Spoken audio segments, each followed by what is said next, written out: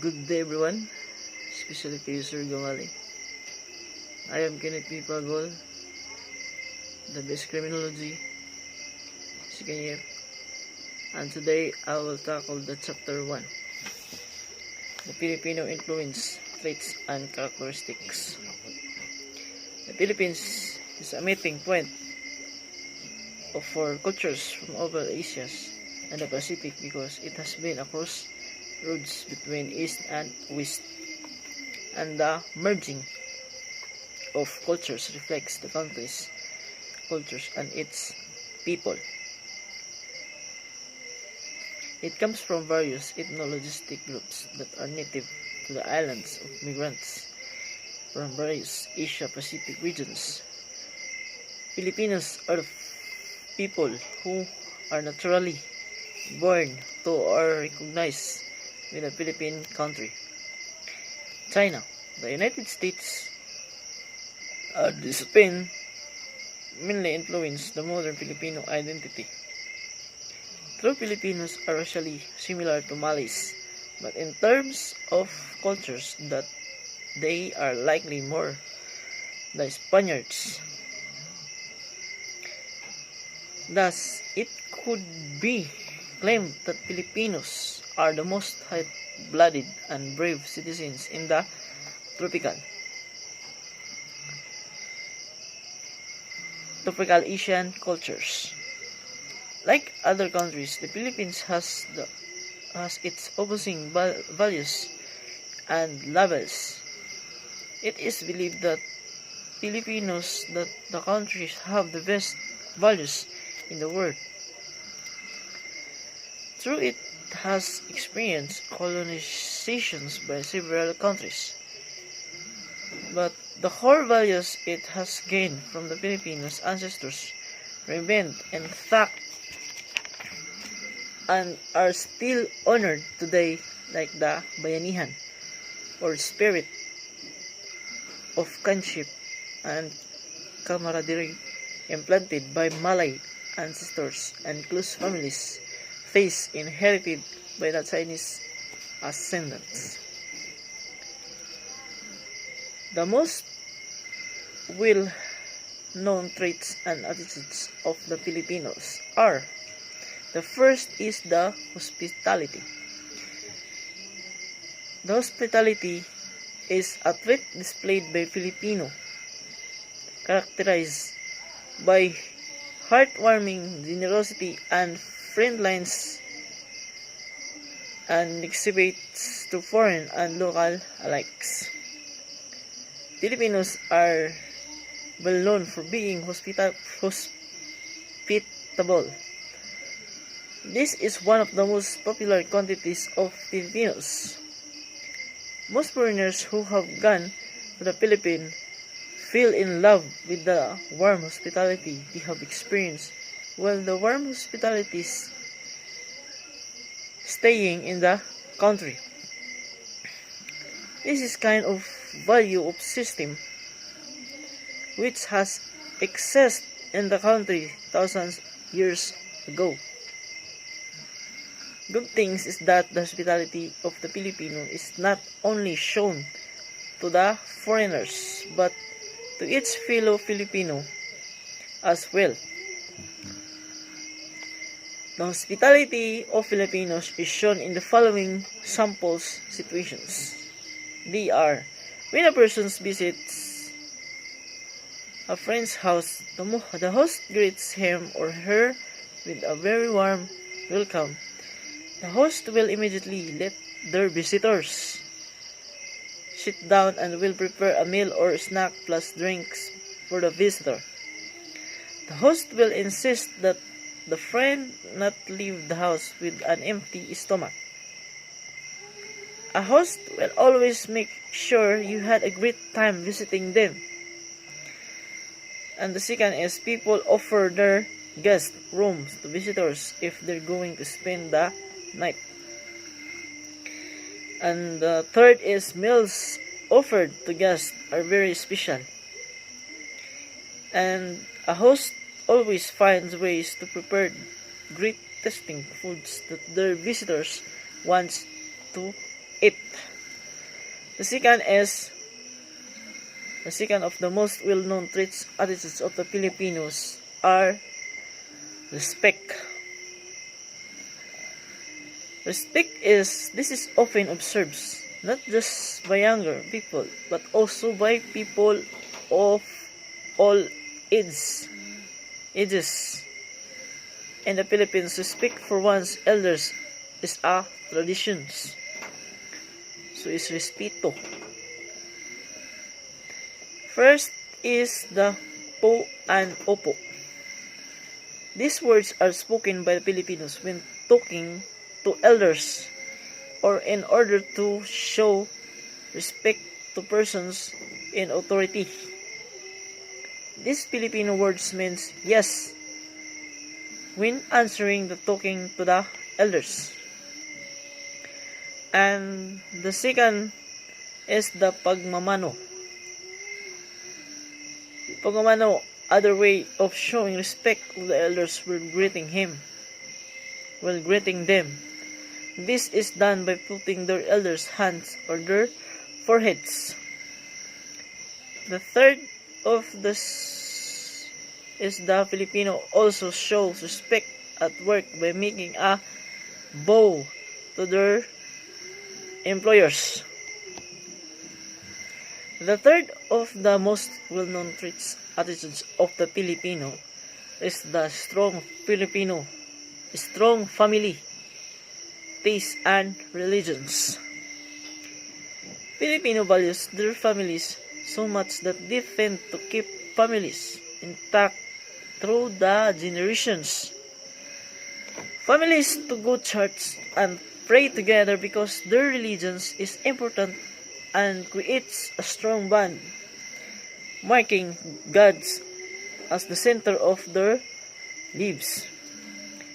Filipinos believes in only one God and majority of the populations and are Catholics. It is a value system of the Filipinos to pray before eating, going to bed, before the start of the meeting, conference of programs, gathering, etc.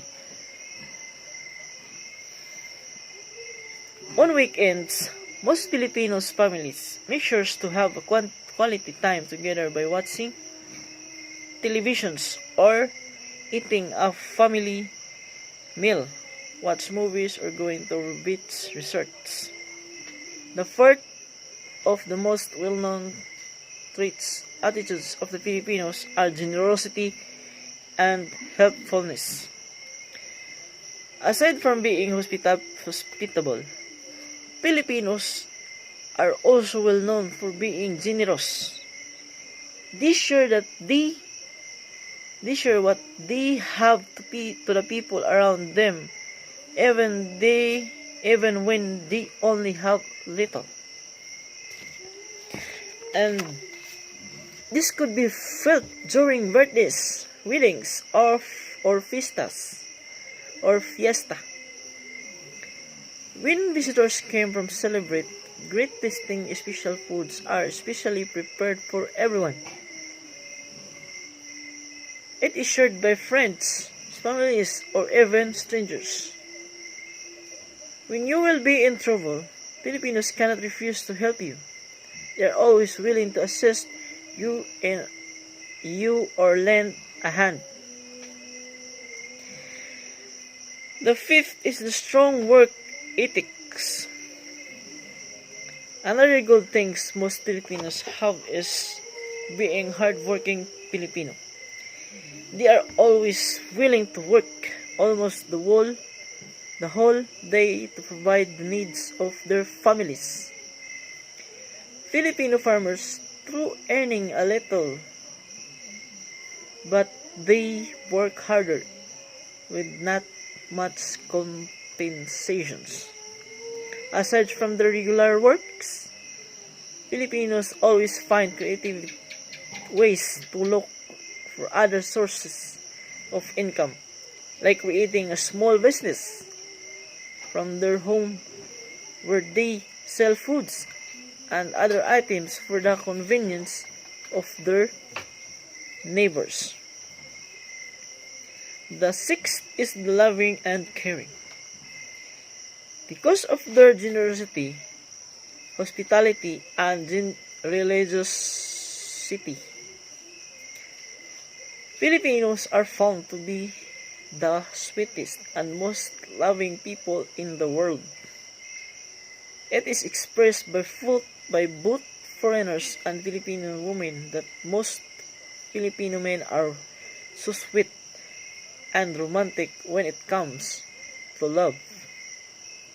They will send their beloved flowers, bring her to a very romantic place, text her sweet quotes, and tell often how special she is to them.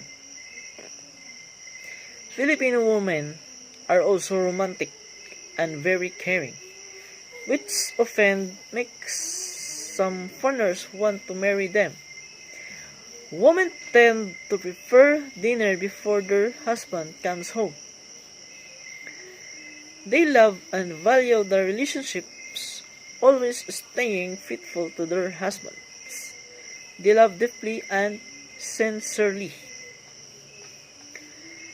Negative traits of Filipinos. First is the fatalisms, or bahala na or come what may attitudes. When Filipinos are facing difficulties and shortcomings, they have these attitudes of leaving it up to God to sort things out. And attitudes of what goes around comes around. Filipinos have tendency to surrender the futures to luck. They have that strong confidence that everything will work out in his interest without doing anything. Filipinos often accept bad news circumstances without trying to stop or change them. This can sometimes be helpful in adversity, but it can also keep us from finding ways out of situations. Also, constantly expecting the worst can get pretty depressing. The second is the manana habit or procrastinations. True-blooded Filipinos have the attitudes of causing delays in accomplishing things or making transactions. When not interested or not in the mood, they wait or reserve until tomorrow or the next day to finish what they are doing or meeting their transactions. However, there are some Filipinos nowadays who take their time in doing of or in making decisions promptly. There are some of the habitual late or not showing up at meetings. In fact, it is not expect of them to arrive exact on time, especially of a party. The bahala na attitudes is the outcomes of the manana habit. When the tasks are left undone, this is usually shown and even expressed by people who do not care much of what lies ahead and just leave everything in fate. The third is the crab mentality. Crab mentality is an attitude of some Filipinos where they tend to push each other down to clear the way for their own gain. Filipino people with these kinds of mentality or attitudes try their best to ruin each other, either by making issues against the other for him to turn out bad to the public or to the company or organization, so that people will gradually put distance and lose their confidence and trust that eventually result to their replacements. The fourth is the hypocrisy. This is a trait of a Filipino where criticisms to other futures, to other failure, to live with the moral standards of the society are inevitable. In the Philippines, morality is highly valued. Most of us try to line up to the standards set by the traditional society.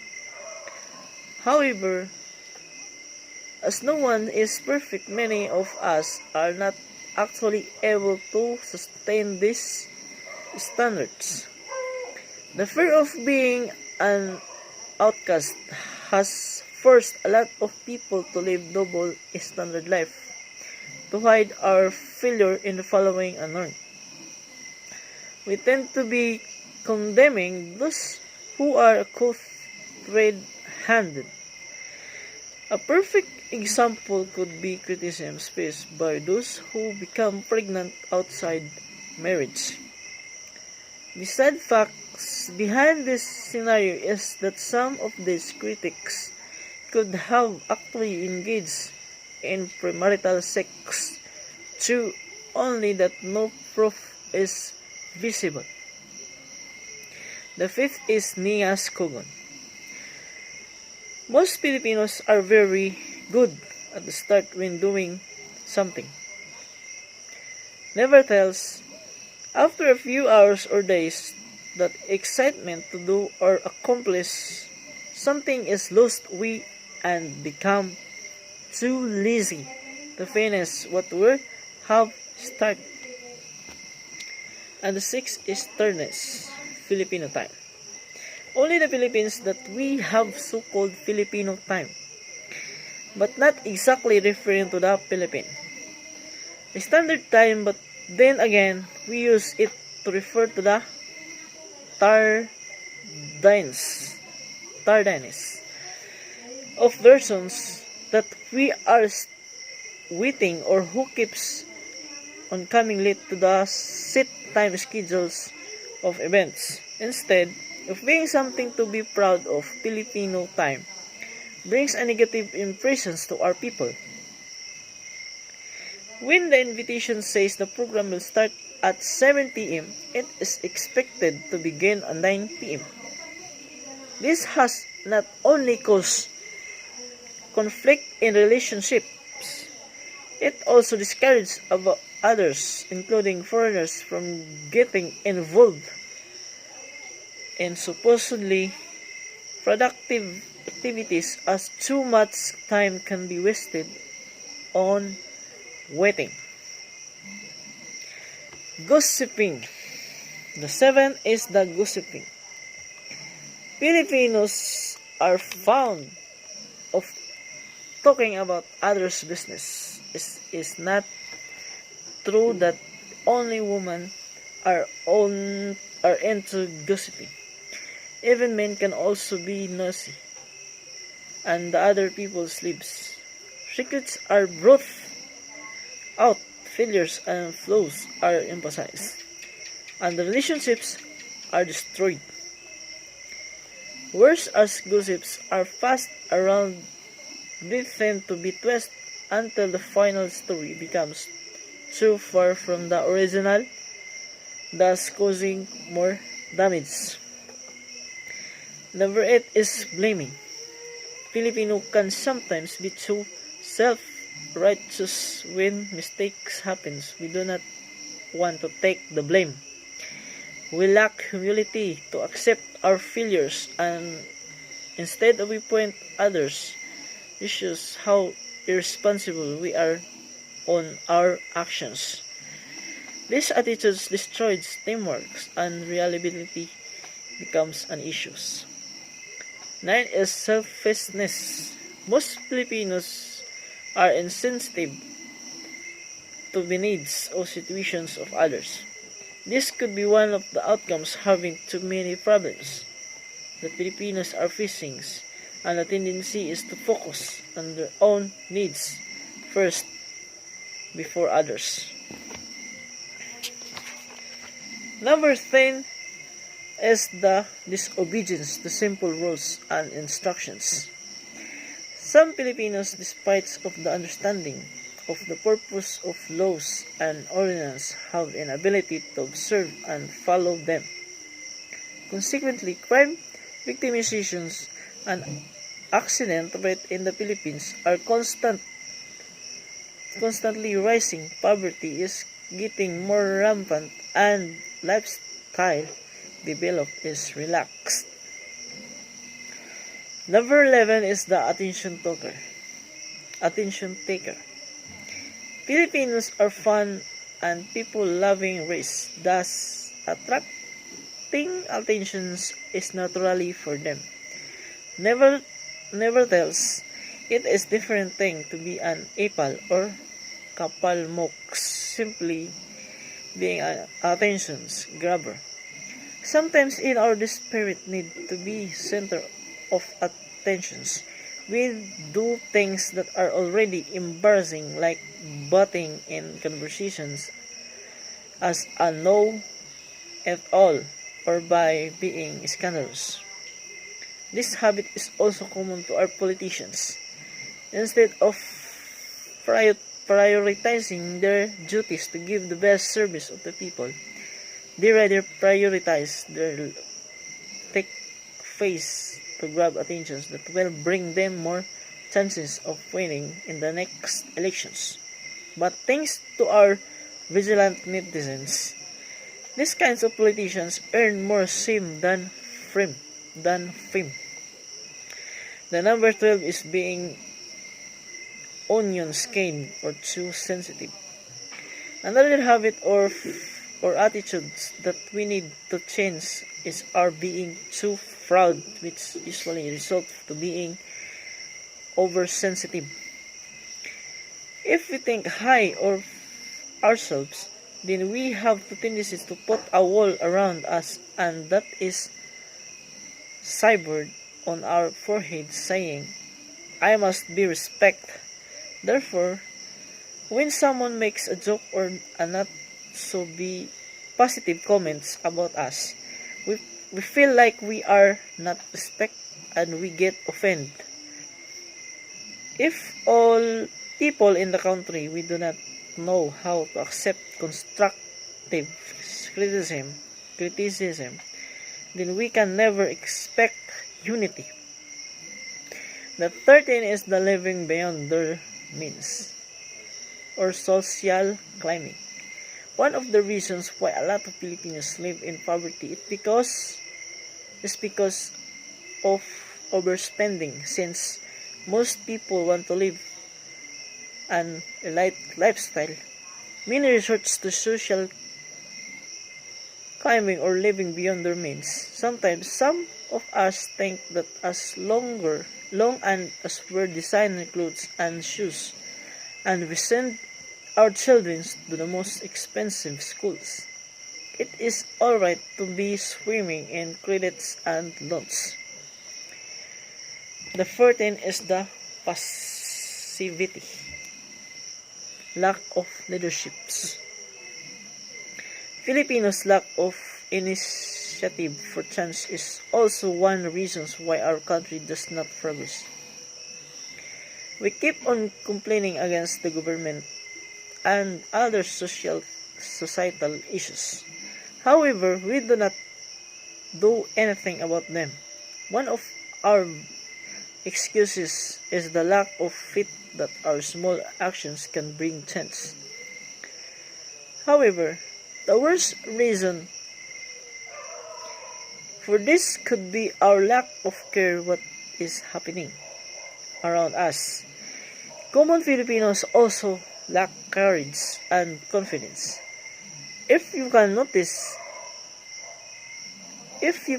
it in classrooms, churches, or conference rooms, most of us don't like to sit in the front seat. Number 15 is other negative traits. Some Filipinos women get birth at an early age of 16. Teenage pregnancies. Some just don't need their own business. Some have many bad habits like drinking, smoking, and etc. Some poor teenagers engage of prostitutions. There are many broken families. A lot of bad words to choose from which Filipinos just can't avoid saying those. Most Filipino tend to be with friends most of the time than to be their parents. Filipino characters and personality. 3 main traits and undercurrent. Filipino values. First is personalism. Personalism is Filipino valued interpersonal relationship. It is firmly believed that harmonious personal relationship is the key of successful endeavors.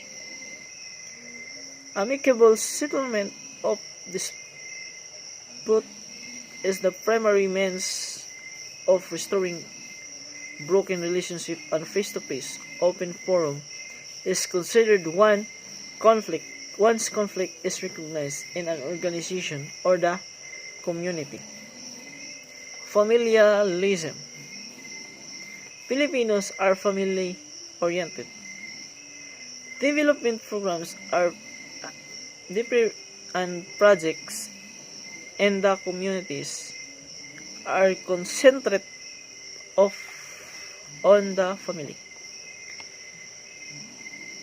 Decision on matters is centered on the welfare and the best interest of the families rather than on the betterment and interest of some individuals. The mistakes committed by a family members affect the credibility and of the immediate members of the family and relatives. Particularism. Number 3 is the particularism. Displayed behaviors by the individuals, may it be good or bad, blamed against the family.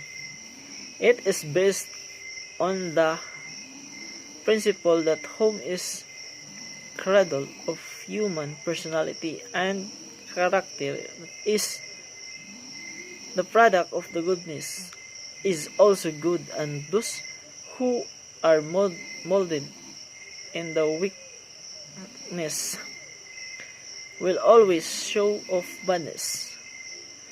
Individuals strives to promote their own and their family's interest over community interests. On the other hand, knowing how to entertain people or marunong umasikaso ng kapwa, it is important conformity to proper codes of conduct reaps the rewards of the cooperations and assistance. Then conformity is punished by withdrawal of support. The Filipino values orientations. Values orientations. Values orientations is the approach that may influence work or social relationship by persons relating object, events, and ideas. The 3 main obligations underlying Filipinos' values orientations are pakikiramay, pakikisama, and bayanihan. Pakikiramay, it is the Filipino value of going out the way to help without being asked unsolicited help. Number 2 is pakikisama, smooth interpersonal relationship. Regardless whether someone's views are agreeable or not, Filipinos are capable of getting along with it. Camaraderie, trust, confidence, and loyalty are enhanced and developed by these Filipinos' values. The third is the bayanihan. As I mentioned in the preceding topics, Filipinos are able to render service and generous enough to extend help without compensations. Somebody can request him in time of need from those whom and it is extended